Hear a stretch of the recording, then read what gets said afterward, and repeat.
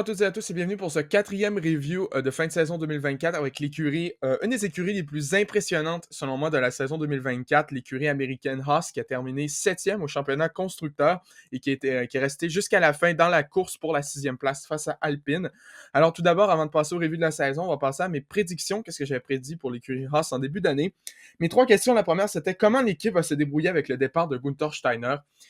Et je vais dire ça, désolé pour les aficionados de Gunther Steiner, mais pour vrai, Haas ne s'est jamais autant bien porté depuis que l'Autrichien est parti.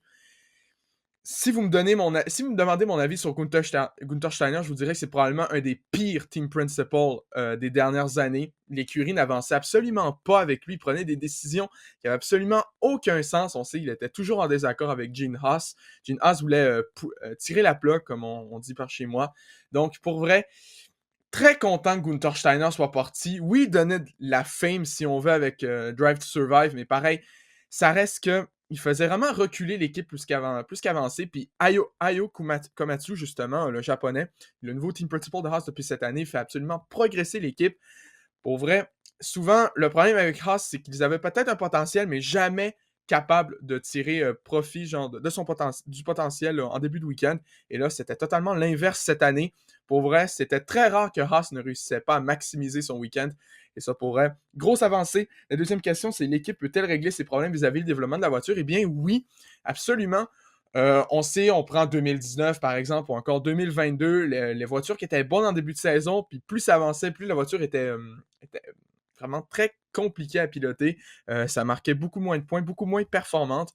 On sait, Haas, en 2022, début de saison, ça tape une 5e place avec Magnussen, puis à la fin, ben, ça marque péniblement des points, puis ça finit 8e au constructeur. Donc, cette année, vraiment, l'écurie Haas qui a été capable de marquer des points à chaque saison. Et aussi, on se souvient, Haas, c'est un peu comme Ferrari, c'est des cousines niveau voiture, on va se le dire. Ce qui arrivait depuis quelques années, même bien avant, genre depuis 2019, il tapait des très bonnes qualifs. C'était pas rare d'avoir un pilote Haas en Q3. Puis dès que la course arrivait, la voiture s'écroulait totalement en rythme, avec la dégradation des pneus notamment. Puis ça aussi, c'est un problème qui a été réglé. On voyait au début de saison, je voyais Nico Hülkenberg taper des Q3. Bon, ouais, c'est beau, mais maintenant, il va falloir prouver en course. Puis Nico Hülkenberg, justement, il était capable de marquer des points régulièrement. C'était vraiment pas rare d'avoir une race dans les points cette saison. Surtout pas rare d'avoir Hülkenberg dans les points. Magnussen, un peu plus rare, mais encore là, le Danois a eu quand même une bonne saison, malgré ses déboires, ça on va parler un petit peu plus tard. Mais vraiment, des problèmes au niveau du développement de la voiture qui a été réglé. Puis la troisième, ben, c'est l'équipe peut-elle enfin progresser? Bien oui, l'équipe a entièrement progressé. J'ai jamais moi, ça fait longtemps que j'ai pas vu une écurie Haas autant en forme qu'en 2024. Puis j'espère vraiment que ça va continuer sur cette lancée-là pour 2025. Maintenant, le review de la saison, en 24 départs, l'écurie Haas a utilisé 3 pilotes différents. Tout d'abord, l'Allemand Nico Hülkenberg qui a été présent toute la saison, le Danois Kevin Magnussen qui a été absent à 2 reprises, remplacé par le Britannique Oliver Burman, Junior Ferrari, qui sera pilote titulaire pour l'écurie américaine l'année prochaine. Donc un avant-goût de ce qu'il va pouvoir donner avec l'écurie américaine. Ils ont terminé 7e au championnat constructeur par rapport à une 10e place en 2023. Grosse progression, 58 points d'inscrits. Leur meilleur qualif, oui, il y a une pénalité sur la grille, mais techniquement, c'est une 4e place de Nico Hülkenberg au Grand Prix d'Abu Dhabi. Vraiment absolument magistral, l'Allemand. Vraiment dommage qu'il parte pour Kick Sauber, parce que pour elle, limite, je pense que ça aurait été mieux de rester chez Haas, pardon. Mais résultat en course, des 6e places. Hülkenberg en a eu 2 pendant la saison, 2 de suite en Autriche et en Grande-Bretagne, donc vraiment une très très bonne fin de saison. Une très très bonne saison pour Nico Hülkenberg. Nombre de DNF, 3 DNF plus une disqualification, ça on va en parler un petit peu plus tard. Donc pour ce qui est des pilotes, Nico Hülkenberg justement, l'Allemand, deuxième et dernière saison chez Haas, 24 départs, il a terminé 11e du classement pilote avec 41 points inscrits, donc presque dans le top 10. Il a été dans le top 10 du classement pilote une bonne partie de la saison. Et pour une écurie qui l'année passée avait de la difficulté à marquer des points, c'est absolument incroyable. Meilleur qualif, comme j'ai dit, P4 à Abu Dhabi. Meilleur résultat en course, P6 en Autriche et en Grande-Bretagne. Donc une très très bonne saison pour le vétéran allemand. 2 DNF pour lui. Monaco, plutôt victime de l'accrochage entre son coéquipier Magnussen et la Red Bull de Sergio Perez. Et au Qatar, où il a eu un week-end quand même assez compliqué. Et une disqualification à Sao Paulo. Première fois qu'un pilote se voyait montrer le drapeau noir depuis le Grand Prix du Canada 2007, donc ça faisait très très longtemps. En gros, il avait spin hors de la piste et les commissaires l'avaient aidé à revenir, ce qui est totalement interdit. Duel qualif, il a dominé ses coéquipiers, 16-8, mais surtout Magnussen, parce qu'on va voir avec Burman, c'est ça qui est quand même assez intéressant. Duel course 16-7, donc Hülkenberg a eu l'avantage sur ses coéquipiers en 2024. Maintenant, pour ce qui est de Kevin Magnussen, 22 départs, donc, il a manqué 2 courses cette saison. Tout d'abord, le Grand Prix d'Azerbaïdjan, puisqu'il a dû servir un ban d'une course pour avoir accumulé 12 points de pénalité sur sa super licence, a laissé sa place à Burman. Et également, il a manqué tout le week-end du Grand Prix de Sao Paulo, puisqu'il était malade, également remplacé par Burman. 15e au championnat pilote avec 16 points inscrits. Meilleur qualif et sa meilleure course, c'est 2 P7 à Mexico City. Donc, une bonne fin de saison pour Magnussen quand même. Un DNF à Monaco. Plutôt de sa faute quand même, l'accrochage avec Perez et son coéquipier Hülkenberg. Duel qualif 16-6 et duel course 5-16. Ça fait mal. Encore là, ça fait 2 saisons de suite où ce qu'on voit que Nico Hülkenberg a clairement l'avantage sur Kevin Magnussen, et ce qui explique peut-être pourquoi le Danois ne sera pas en Formule 1 l'année prochaine.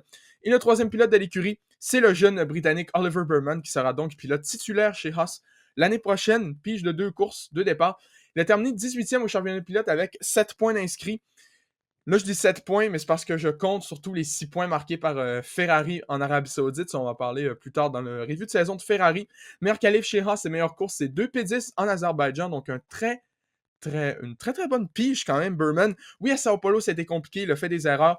Mais pour un pilote qui a quand même eu une saison de Formule 2 compliquée, pour un pilote qui avait jamais piloté sous la pluie une Formule 1, très concluant quand même le week-end. Il s'est débrouillé. Il a fait comme le pu.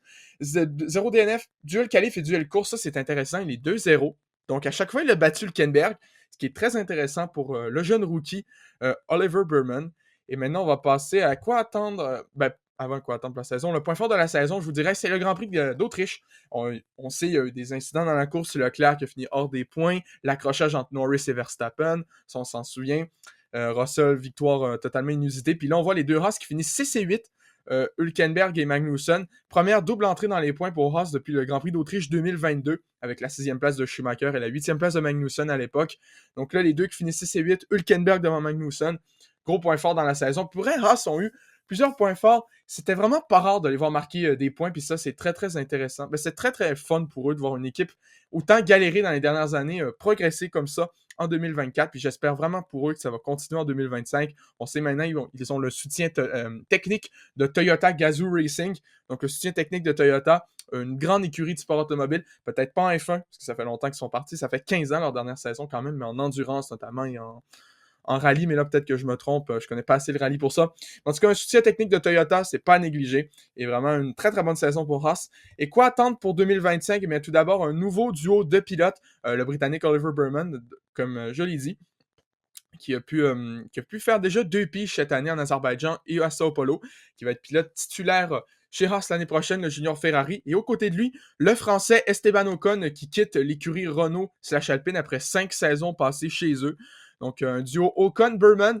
Ça va être intéressant à voir parce qu'on sait, Ocon, oui, ce n'est pas le pilote qui est le plus tendre avec son coéquipier. On le connaît très bien. Il y a eu des accrochages avec Perez, il y en a eu avec Alonso, il y en a eu avec Gasly. Donc, ça va être intéressant à voir pour Burman. J'ai peur un petit peu pour lui. Toutefois, je pense que ça peut être un duo très intéressant. Déjà, Ocon, justement, s'il a choisi Haas à propos d'Alpine, c'est peut-être qu'il a vraiment voulu s'échapper de la misère qui est l'écurie française. C'est justement le prochain review de saison, en interne notamment. Donc, un duo de pilotes qui va être intéressant à voir. Quoi attendre pour 2025 pour Ocon? Ça va être de prouver qu'il est un excellent pilote. Puis ça, je pense que pour l'instant, c'est quand même pas quelque chose à prouver. Ocon, c'est pas un pilote qu'on se demande pourquoi il est en Formule 1, mettons. Et pour Oliver Burman, ça va être vraiment de confirmer, de faire une bonne saison au complet. Il a eu une saison compliquée en Formule 2 cette année, on va se le dire, Oliver Burman. Même pas fini dans le top 10 du championnat pilote. Toutefois, j'ai très hâte de le voir. C'est probablement un des pilotes qui est le plus prêt à en faire la F1, que ce soit tous les tests d'entre-saison qu'il a fait. Également, je parle des tests de fin de saison, les séances d'essais libres, les grands prix qu'il a fait. Vraiment un des jeunes pilotes les plus prêts à rouler en Formule 1. Donc, pour l'écurie Haas, qu'est-ce que j'attends? Continuer la progression. Peut-être essayer d'aller chercher la 6e place au classement constructeur. Puis pour vrai, si Aston Martin l'année prochaine a une saison si compliquée que cette année, pourquoi pas la 5e place si Haas continue à marquer plus de points. Vraiment, ça va être intéressant à voir. J'ai hâte de voir comment cette écurie-là va avancer. Puis vraiment, Kaio Komatsu, j'ai pas de doute que l'équipe va continuer à progresser. Dites-moi qu'est-ce que vous avez pensé de la saison de Haas en 2024. Puis on va se retrouver très bientôt pour la review de saison de l'écurie Alpine.